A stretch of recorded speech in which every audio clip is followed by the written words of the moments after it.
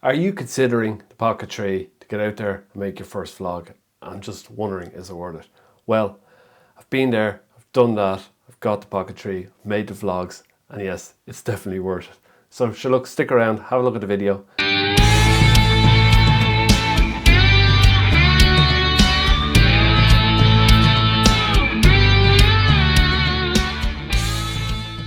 Hi, my name's Richard. I'm an outdoor photographer based in Dublin here on the east coast of Ireland, and I like to do photography vlogs, gear reviews, tips and tricks, that sort of stuff. This video's not sponsored by DJI. Bought this with my own money. If DJI want to send me some kit to review, well, I'd be more than happy to have a look at it so they know where to reach me. Anywho, getting back to this. This is about my, I'm not exaggerating, 10th or 11th time trying to make this video, so I'm just going to do it all in one piece. It's not going to be super technical. I'm going to leave out loads of features of this. I'm just going to talk about what I like about this camera and why I think it might help you do your first vlog. If you want to get more detailed reviews, there's loads and loads of them on YouTube. I'll start off with a little story. I've been shooting passionate amateur photographer for the last 7 years or so, and after a couple of years with my Sony A7iii here, I wanted to make a video for YouTube and give it a shot. So I did that, did 2 or 3 of them about 5 years ago, shot them in my house, and I enjoyed the process, but I found it very finicky. Like, there's a lot of stuff you have to worry about. There's lighting, there's mics, there's tripods, there's worrying about shutter speeds on your camera and putting filters on and all that sort of crack. And I found it quite time consuming in that, and that was doing it at home in kind of a controlled environment. But I did the videos anyway, and for one reason or another, I didn't do any more for about another 4 or 5 years. But I had a real hunger to get out there and to do some outdoor vlogging, and I knew with the kit I had with the mirrorless camera and the way I am, I couldn't do it. I knew I wouldn't be able to do that between setting up, the camera on a tripod, like I said, worrying about the shutter speeds and frame rates and putting ND filters on it and connecting audio and trying to do that all on the fly. And when I wanted to do a quick shot, I knew it wouldn't work for me. So I was looking around for some solutions.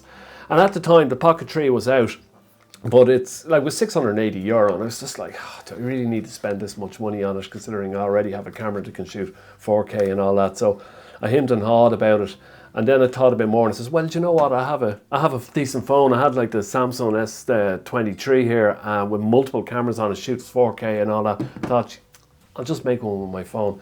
But I felt I needed a stand or something for the phone to go in, and thought, I had a look around and I saw DJI had out their little this thing here. It's this one is the DJI Mobile 6 little gimbal that you mount a phone on. Now, I tried that for one video, and yeah, no, I didn't find it great at all. It takes an awful long time to actually connect your phone onto the gimbal, and then you have to connect via an app, and you still have to attach a mic.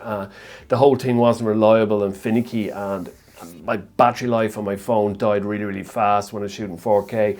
So I managed to get a video out, but no, for me it didn't work. Like using the mobile for doing my outdoor vlogging of, in my case, photography, but obviously you might want to make a vlog of anything. It could be hiking, adventures you're on, or anything. But for me, for doing a photography shoot, it didn't work. So I went back to looking at the Pocket 3, and I really wanted to make more videos. So I bit the bullet and I went and I got it. I got the Creator Combo Kit, and it comes in this little bag. You kind of have to get a combo kit because it comes, obviously, you get the Pocket 3, and you get like a battery extender, which you absolutely need, and then you get the microphone. This is DJI Mic 1 that comes with it. So what is it I like about this setup? Well, it's just the size and how convenient this thing is. I mean, if you look compared to my hand, the actual Pocket 3, it's so small and so light, and you see how quick it is just to take it out of the case and to switch it on. It's a simple flick, and there you go, it's on straight away, and then bang, recording. I'm recording straight away, and I have it set up to record in 4K here, and that would just be impossible to do using my camera system, the Sony here. It couldn't possibly set it up that quick. And a phone, no, not unless you're just hand holding your phone and you're happy to hand hold the phone and shoot. video with that. But you know, your footage isn't going to be stabilized. It's going to be rocky, and for me that just bugs me. If I'm looking at video and it's bouncing up and down, it does my head in. So the little gimbal on this is just brilliant. And obviously you've got the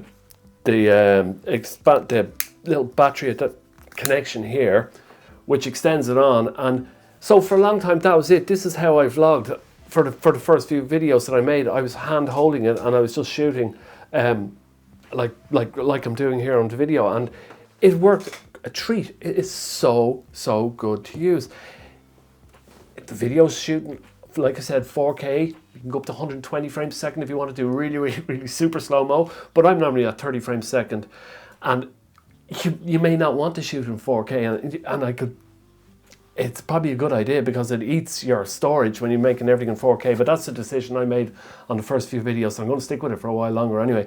But the image quality of it is excellent. It's really good in low light, at least I think it is, and it's also excellent when there's like a kind of high dynamic range. So, and I'm just shooting it in auto, like it's perfect for a first time vlogger.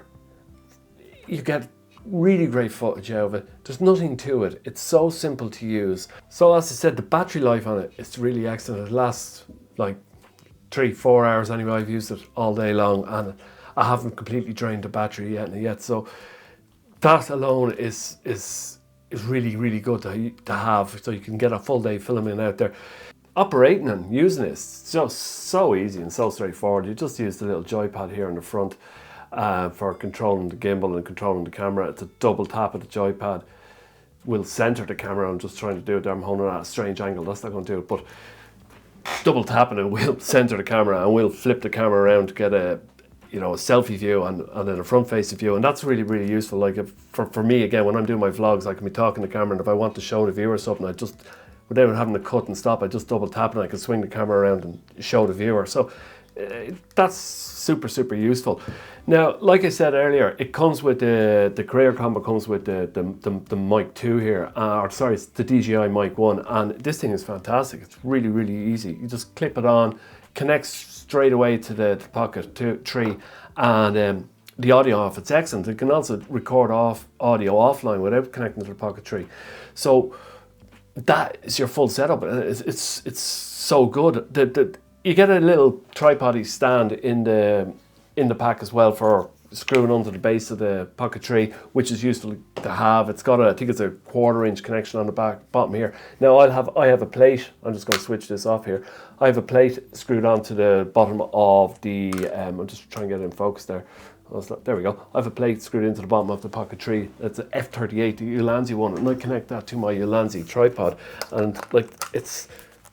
There you go, it's connected. I mean, that's just the simplest setup in the world. I can even use that as a selfie stick if need be. So when I want to do a piece of the camera, I just walk up, I just plonk this down on the ground on the tripod, hit go, bish bash bosh, talking to the camera. So it's everything about it is set up like for really simple vlogging that anyone first time novice can get out there and do a vlog.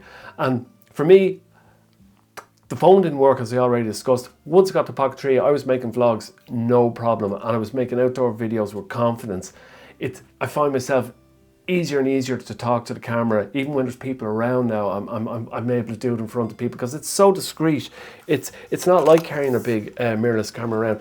Like holding that and talking to that, I mean, most people don't even notice it or pay any attention to you. So it's really excellent if you're lacking the confidence to talking in camera in public. And yeah, like another feature that's really good that's I don't see them talk about too often in reviews, but I think it's excellent, is when I'm talking to, or when me or you are talking to the camera, a lot of times it's very easy to be looking at the screen and not the camera lens. And most of the times that's very noticeable. I have a screen off camera here, and if I was to be looking at the screen, you can see how distracting that is. I'm just looking at my monitor here. But when you're looking at a lens, it makes for much better, much more engaging content.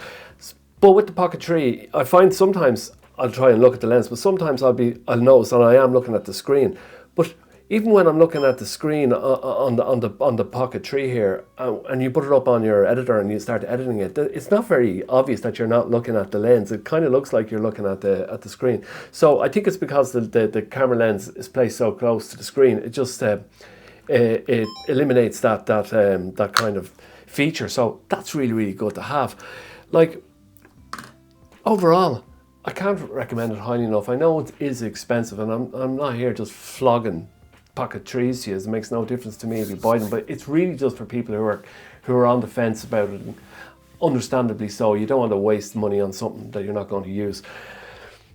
Things I don't like about it, there are a few things. Nothing that really would have stopped me from buying it, but there are some really annoying things about it. For instance, the micro SD card lives here on the device, and I don't know if you can see this in frame here. It lives there, and I think the engineer or designer who designs the micro SD slot must have been on holidays when they were making this thing, because you can't get it out with your finger. And even if I had big long nails, I wouldn't be able to get it out. I'd use the tip of a pen to push it in to take the SD card out, and getting it back in is the same. I was 20 minutes trying to put the card back in there recently, and I was really, really worried that it was broken and I wasn't getting it back in. So that's actually a big concern, because like I said, there was one occasion when I genuinely thought the device was broken, but it seems to be fine again now, and I'm sure in the next iteration they'll improve that. The second thing kind of irritated me. For a while I was using filters on the front of the lens, and I was trying to shoot nice crispy footage by keeping my let me get this right, my shutter speed was twice my frame rate, so I was trying a shutter speed of 60 for 30 FPS frame rate. So that means you have to put ND filters on the lens and all that malarkey, and as part of that you need to monitor the light levels on the device, and that's really, really difficult to do for somebody with glasses, because I can't see it. It's on the screen, and I'm going to show you now.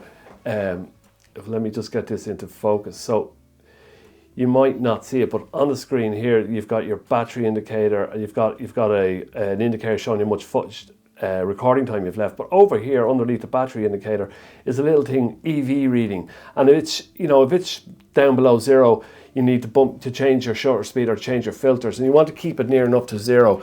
But I can't monitor that because it's in the smallest font in the world, and it's grayed out, and it's impossible for me to see that in bright daylight out and about, that font. And there's no setting on the camera for increasing the size of the font, and for me it just got so irritating that I've just given up using the filters and trying to do it to shoot footage that way. And to tell you the truth, I haven't really noticed the difference. Shooting an auto on it is the way to go. It's just simple and it works, and you know, that's the way I'm going to go down the road. It has D-Log or H-Log. You guys can double check it, but it has I think it's D-Log for shooting that flat image that you can color grade later in whatever editor you're using. Now, I haven't used that feature yet, but I probably will. It's worth noting that I did try to use that on my first one of my first vlogs out. I shot it with the D-Log on, and when I came back to edit it on my free version of DaVinci Resolve, which is an excellent editor, the free version doesn't support it, so the footage was useless. So be aware that if you're using the free version of DaVinci Resolve, you can't use that feature on the camera. You need to use the paid version. Well, that's it. Like, really, that's the reasons why I love the little camera here, and it's going to be staying with me for the foreseeable future. I certainly won't be upgrading it when the next one comes out. This is in my bag now for the next few years, and I really, really enjoy using it. I've gotten out there since my first outdoor video. I've made more than 20 videos since, and it just gets easier and easier to use. You can get really, really cool B-roll with it, very, very easy. And for outdoor vlogging, for novices like me and possibly like you, this is something you won't regret buying. And so that's my thoughts on the device. Look, if you've stuck around this long, thanks so much. I'm sorry it's a bit rambling, but I just wanted to do it in one take if at all possible. Like I said earlier on, if you like this, well, please hit the like button, and any questions, hit the comment, write me up a comment, I'll get back to you. And if you really, really enjoyed it, well, hit the subscribe. I'll be posting again in the next, probably next week or two. It'll be something different. I'm hoping to get out soon. I haven't been out in the last while, so that's something to look forward to. Until then, look, thanks a million, best of luck, and I hope you get out and do some vlogging.